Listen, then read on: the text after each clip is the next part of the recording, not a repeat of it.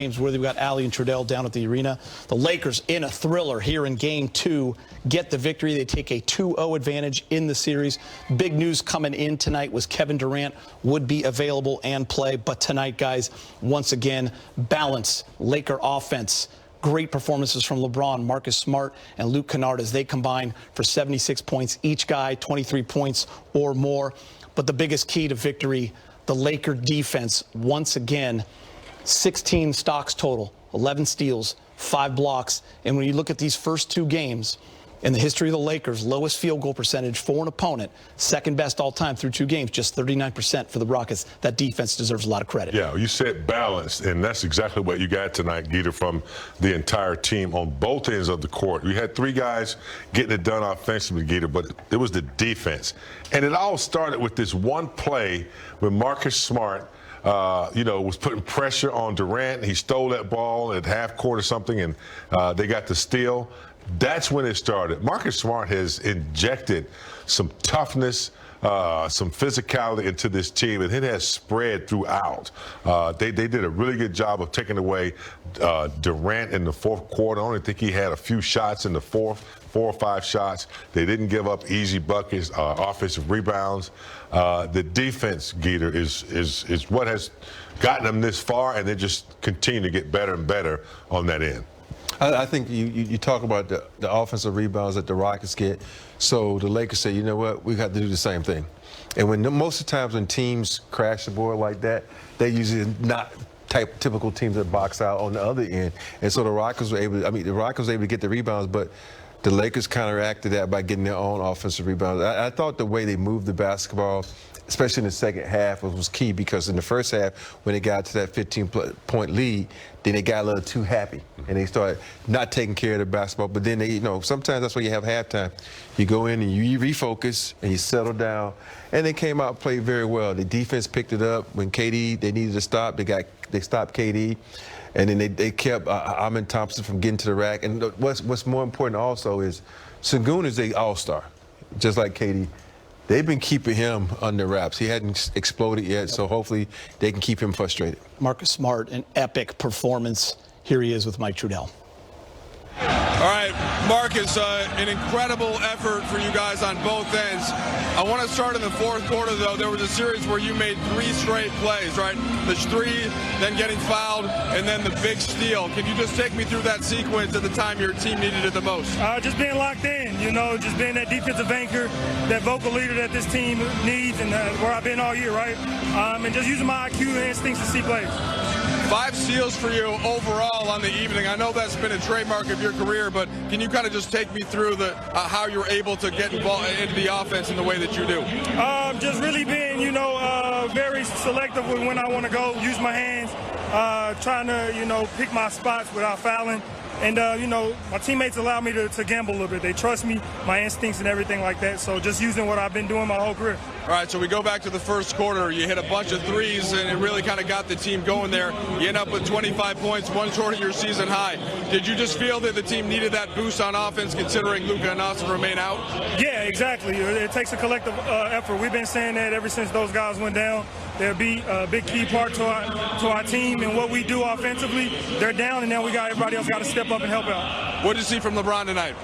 Greatness, man. I mean, his IQ of the game. He picks his spots very well, and he stays very poised. There's times where, you see things start to get out of control, and he's still calm. And, that's what happens when, you've been in this league for 23 years doing what he does and been making plays the way he's playing and being great as he is. So we appreciate him. Last one for you. Not sure many people would have had you guys up 2-0, just considering the guys that are out. How were you able to do that overall, and what does that mean as you now go to Houston? Continue to elevate each other. We understand that we're down, like I said, but we got other players on this bench and other guys that can play, and that's just opportunity. So we're looking forward to get to Houston. We're playing against a really good team. KD's back. We know what he brings. We know what this team brings, and we know going back in their home court is going to be a challenge, and we're ready. Thank you much. Thank you. Marcus Smart, what a game, and this Laker defense. Remember, up until the All-Star break, they were 23rd in the league in defensive efficiency. Moved all the way up to 13th post-All-Star break. Lowest opponent field goal percentage in the first 2 games. 2026 first round, there it is. tied for second best with the 1995 Lakers and the Seattle series, 39%. And by the way, Rob, you guys played pretty good D in the first round of your three-peat there against Portland when you absolutely smashed them and swept them in 3. And you guys both brought this up. Kevin Durant came out absolutely on fire. He was 4 for 5 with 11 points in the first quarter. He got to the free throw line. He had 20 at half. He ended up with just 23 points, 1 field goal. 1 field goal there in the fourth, just 1 for 4, James. Defensively, they figured out a way to take away his sweet spots after he got going. I noticed that there was always kind of like not a trap, but someone stunting, helping. They wouldn't let him go to his right hand to get that shot that he wants. I just thought, they kept mixing it up. Sometimes they had, Rui on it. Sometimes they have Marcus Smart was playing. They just did a good. See right there, he came over right when he was getting ready to get into his threat area. That time, Kennard was on him, so they did a good job of poking at him, stunning at him, not letting him be comfortable with where he was trying to get to with the ball. And Rob, it's mixing up the coverages, right? Second half, more blitzes, more double teams on KD. We saw that during the season as well. And you forced them into making some bad decisions, and also a cold shooting night from 3 again for the Rockets, just 24%, 7 of 29. The defense was so great in the second half. And of course, you can't play that in the first half too, because you can go in and make halftime adjustments. And what they do is they go with a 2-man trap and they immediately jump into a triangle. You get a guy on the free throw line, you have 2 guys on the box. But the best part about that is the communication they have. They get out there, they're running these guys off the 3-point line. They're actually contesting the shots and hoping that they make the extra pass. That way their defense can recover. Sometimes you want teams to make the extra pass to be the offense, so the ball will outrun the defense. But in this case, the way the Lakers are swarming defense, that extra pass actually plays into their hand because they're out there to cover it and contest it. But the only thing about that is it puts you in trouble for rebounding. And that's the one thing we do show. But I'd rather you be in trouble rebounding than let these guys get hot from 3. And let's give the Lakers credit in that area. We said they had to be much better. They were tied with the Rockets in rebounding after the third quarter. Now, the Rockets won the rebounding war by 5. They also, if you look at this box score, 17 offensive rebounds for 21 second chance points. 7 of those offensive rebounds came in the first quarter. So in the second and third quarter, it went down to 3, went down to 2, and then they had 5 in that decisive fourth quarter. So the Lakers did a much better job on that. The 3 rebounds. Marcus Smart, 25 points, 5 of 7 from 3, clutch at the free throw line, 7 assists, and what's not on that board, 5 steals. And then LeBron, 28 points, 8 and 7. He was absolutely brilliant again. They combined for 76 points, all led by LeBron James, of course. Well, it looks like the impactor list, and what's the other title for the other list? Impactor. Big bucket ballers. Big bucket ballers, all in one right here. But look, here's the deal. We know all the experience of LeBron, but when you take out Luka and Austin Reeves, they still don't have as much experience as Marcus Smart and Luke Kennard. So even though you're missing 2 offensive dynamite players, you bring in experience in Marcus Smart, you bring in a better defensive presence, experience, and Luke Kennard, been around, not afraid to play the game, poised, has stepped up. So you're missing 2 dynamic players, you bring in 2 experienced players, they pick up the pieces along with LeBron, the rest of the crew catch on, and they play good team basketball. I'm just looking at the way Luke Kennard is playing. Even had a couple of hiccups, 8-second count, stepping back court. But, all that, I throw it out the window because his way he's keeping the ball alive when he has his dribble, his ability to knock down the shot. But more important, out of all that aside, his confidence. His confidence is going and running this offense, putting himself in a position to score, putting himself in a position to be a dangerous guy so he can make the extra pass to someone when he is covered. And I love where the confidence is roaring right now. And to me, he is low-key been the star of this team. I know everybody wants to point LeBron, but LeBron, who cares about LeBron? We got Luke Kennard. Hey, by the way, and LeBron me and Marcus. Listen, if these numbers are correct for Luke Kennard, which I was kind of adding up in my head, 17 to 26 from the field, 8 of 11 from 3 in this series, and you're seeing Marcus Smart right here, James. I mean, if you have a give the game ball for someone, I think you brought up such a great point. That was early in the first quarter. Yeah. You got the crowd going, diving on the ground, led to a bucket. A LeBron breakaway. It was a great play by Marcus. He set the tone. There it is, and right he was there. fantastic all night. He set the tone just about in every game, diving, taking charges, aggravating. You hate these kind of players because they're going to be around aggravating you like a fly in your ear. And, he's just one of those players that has given this team life. He's given his team a big responsibility on the defensive end. It's showing up every game. Well, not to talk about his 7 assists he got, too. 7 assists. Yeah. Yeah, he was huge. All right, time to hear from Coach J.J. Redick, brought to you by your Toyota dealers. JJ, what do you think kind of carried over just from a grit and toughness standpoint from game one into this one against a team that had to be redoubling their efforts, trying not to go down 2-0 down 2-0? I mean, we saw it happen over the last couple days with road teams winning game 2. I think there's a natural flow to series where the team that loses can relax a little bit, the team that wins can relax a little bit, and the team that loses comes out and plays with more desperation. And I thought our guys at least match their sense of desperation, our second efforts, our multiple efforts, all that stuff. I mean, you gotta win a bunch of little fights. That could be your catch position offensively, that could be your screens, that could be creating separation, that could be boxing out. But this team requires you to win a bunch of little fights.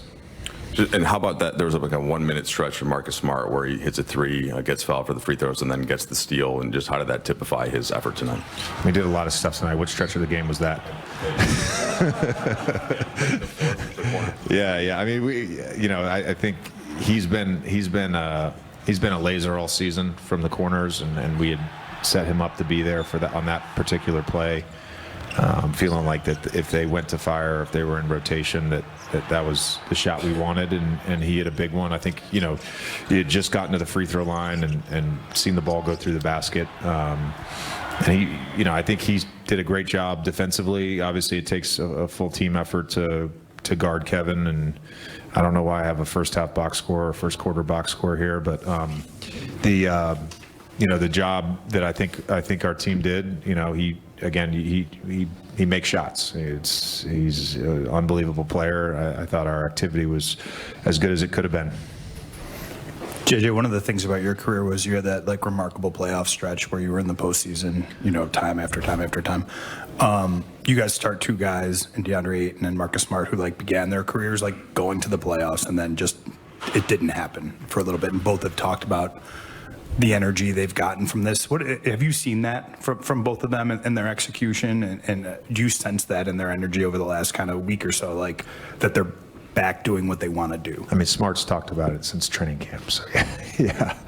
I think it was brought up, our group trying to lean on LeBron's otherworldly experience in this league.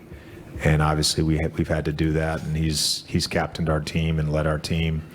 But there's other guys that have, we have 4 guys that have played in the finals. So all the experience that Smart has had, all the experience that DA has had, Maxey on the bench, they've shared that. I think being in big moments, for those guys is not a new thing, and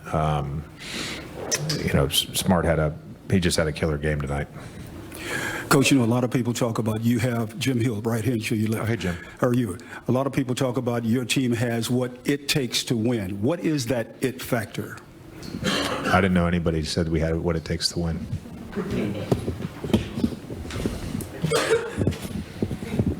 JJ, you head to Houston up 2-0.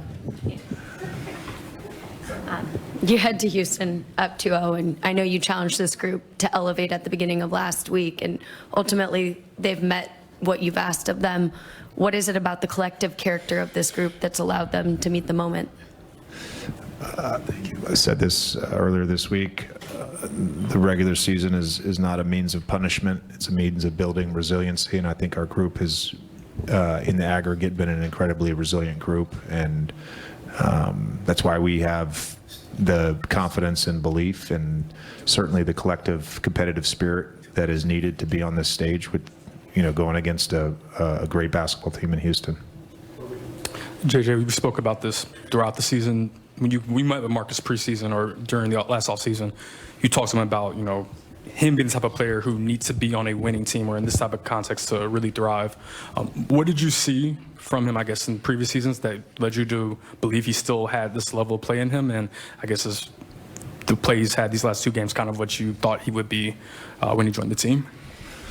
Well, number one, I competed against him, and I competed against him in the playoffs, so I know what kind of competitor he is. And I got to watch him,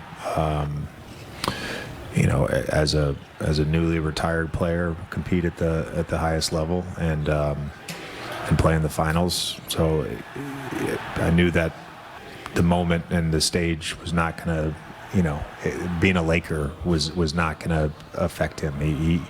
We talked about when you kind of go to places that maybe aren't talked about or, let's be honest, as relevant nationally as the Lakers or the Celtics, it can be frustrating. I think every player wants to feel like they're on a team that's playing for something, and I know he was looking for that in free agency, and then we did a deep dive on a bunch of things on him, in particular just what some of the analytics showed. It's easy to sort of write somebody off as being older and not being as good, but all the analytics defensively, the analytics as a secondary playmaker, they all were very favorable, so we felt really comfortable bringing him on board. Game 2, first round series, Lakers-Rockets 4v5. Kevin Durant makes his return. 28, 8, and 7 for the King. He's with Allie Clifton.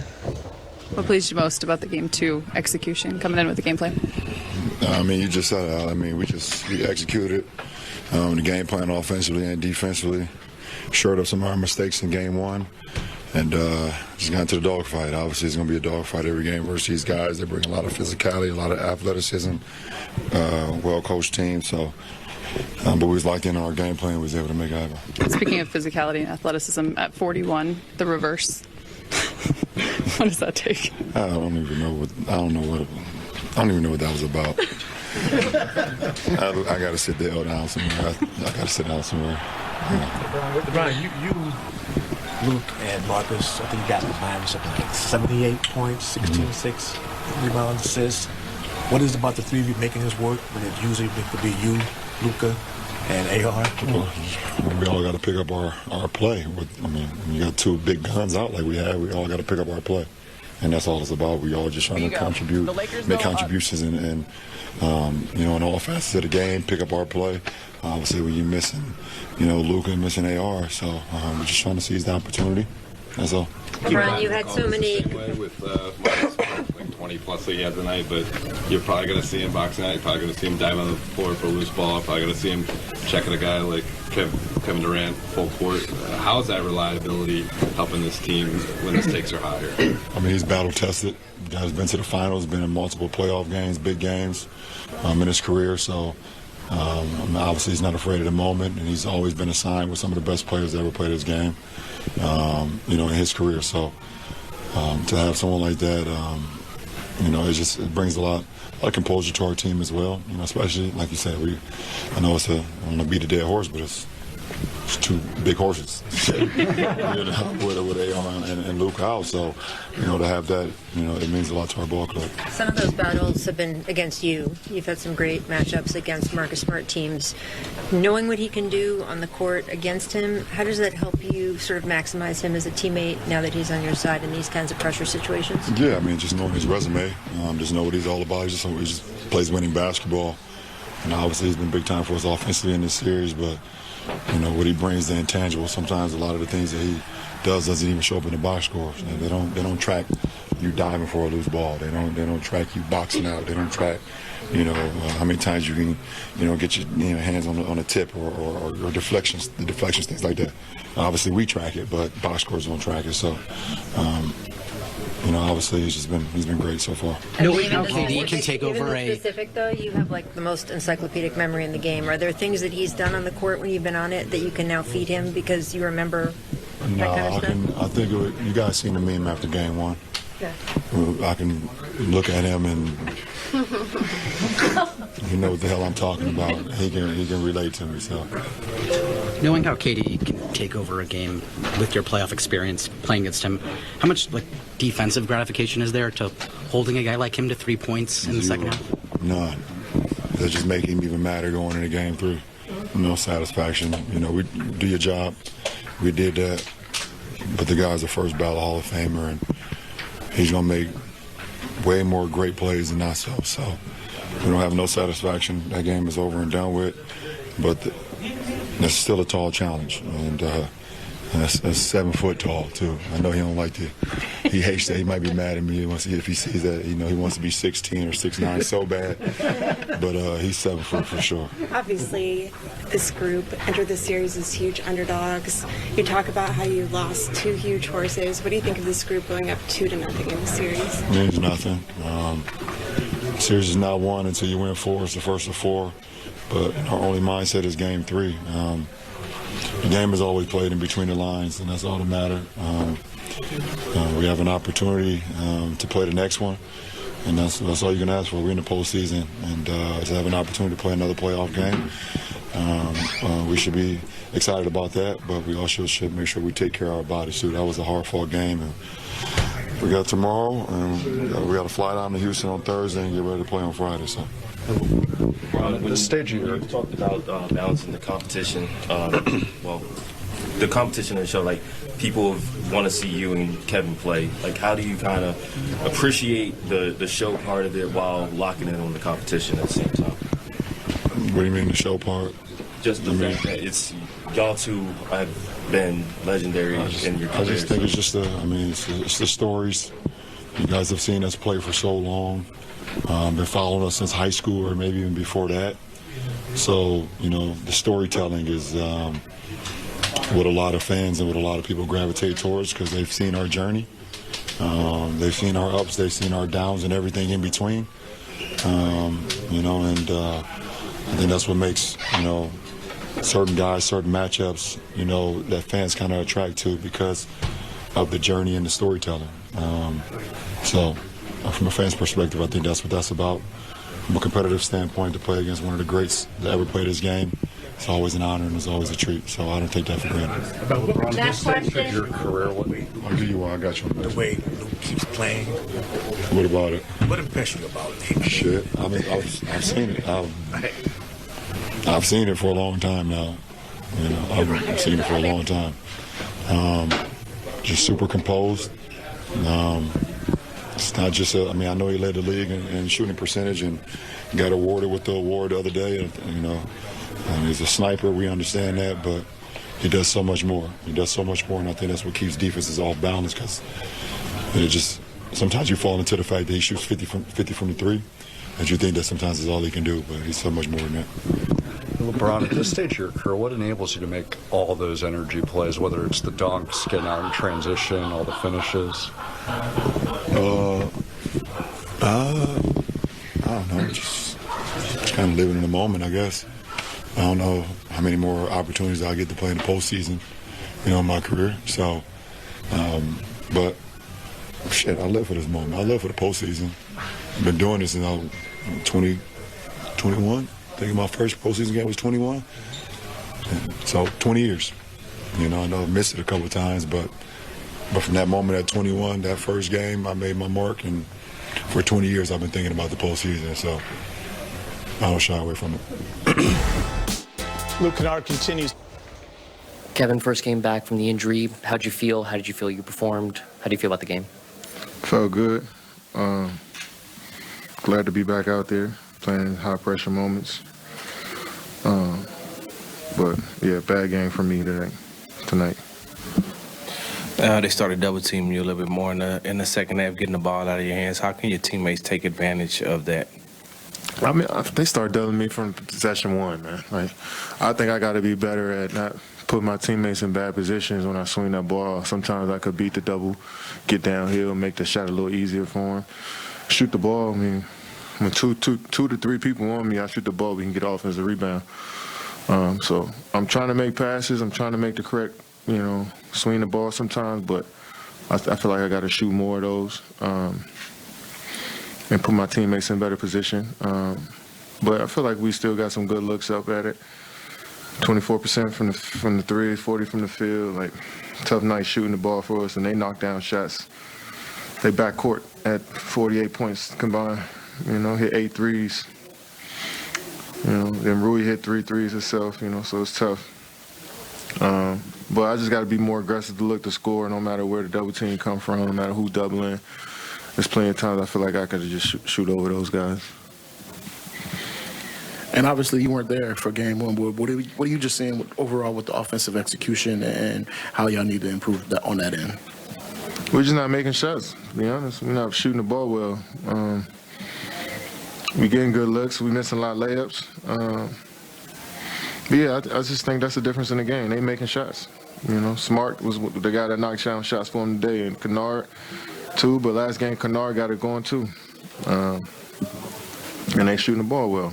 You know what I'm saying? So we got to cut their water off, but we also got to be aggressive to knock down our shots too. The remaining games in this series, we'll focus on game 3 and 4 because those are for sure happening. Game 3 is Friday. I looked, Lakers are already 9.5-point underdogs. They were 5.5-point dogs tonight. Lakers at Rockets, 5 o'clock on Prime, Friday, Sunday, 6:30 p.m. on NBC. Lakers at Rockets. Marcus Smart and Rui Hachimura with the media. With Luka and Austin out, how much have you taken on just every possession as a personal challenge? Tremendously for me. It's everything is heightened, right? We need guys. And, my whole life, I've been that guy that you can just throw in certain spots whenever you need.